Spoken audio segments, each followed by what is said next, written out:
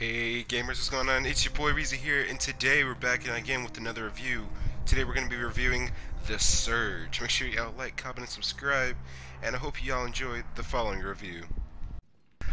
Hey gamers, what's going on today? It's your boy Reezy, and like I said in the intro, today we're doing a review on the game The Surge. Today I'm talking about the pros and the cons of this game, and is it really worth the storage on your PS4 since it is free on the PlayStation Network today.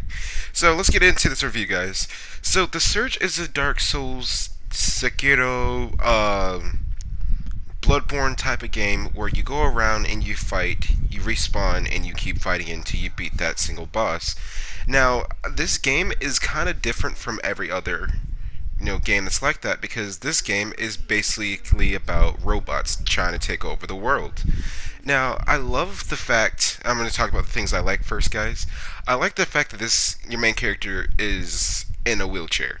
I think that kind of is like one of the best things that they did because it shows like this guy it shows where he came from and where he's going to become inside the game. Now, you have two choices. You can either be a tank or you can be a technician. The path I chose today, guys, was becoming a technician, which is going to the blue path, and I went that way. So throughout those, so in order for him to become the amazing hero that he is, he has to do this whole Darth Vader kind of surgery, and it's really disgusting, extremely disgusting, really.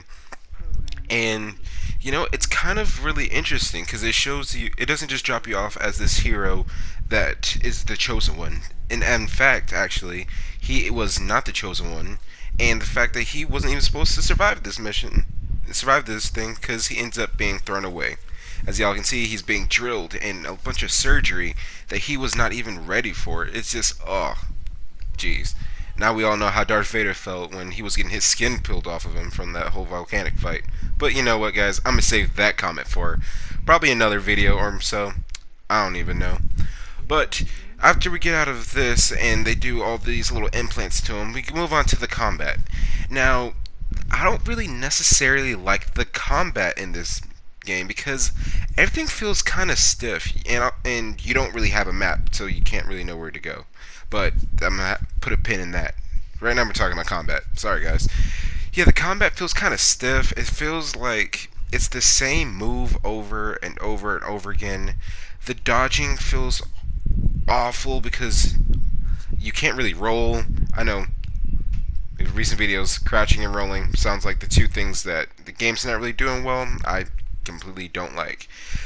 Thank goodness that there's actually a block button, at least. But the block doesn't really do that much damage, and it doesn't protect you from that much damage, though. But what can I expect since I picked the technician? You have these little robot things that come around shooting you that do crazy amounts of damage for no apparent reason, just to do some crazy damage. But you can attack him with a couple of hits. Maybe if you choose a tank, you can hit him with twice.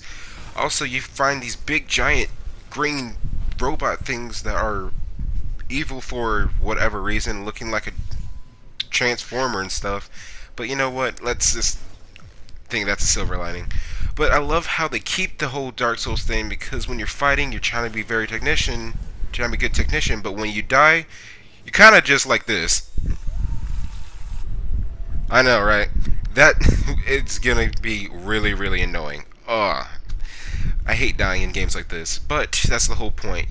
You live, you die, you respawn, you live, you die, you respawn. Also, guys, I like how that this is like where the leveling up system happens, because you're trying to refill your energy so you can access different areas. You can assemble your gear, you can level up your gear so you can be more durable. But the thing is, it takes so freaking long of grinding, and it's boring to grind in this game. You fight the same enemies over and over and over again with no type of development on the enemies themselves. And it's kind of just like, ugh, I've done this like 10 times already. But I digress, though. The bosses aren't that bad. I mean, they're not good bosses, but they're not the worst bosses that we ever seen before. But as the graphics wise, this game it's good. The graphics aren't horrible. I love how open the map is. Some areas where you think might be hidden or cut off on the world are actually just different passages. You can run past any kind of enemy you want in the game. You can, unless it's like blocking your path off. But you know, it's actually good. It's pretty good. I enjoy the game for what it has to offer. But as a whole, I'm kind of happy that this game was free and I didn't have to pay like $60 for the game. But getting off of that track, I do believe that this game had the right idea. They just couldn't develop the game how they wanted it to be.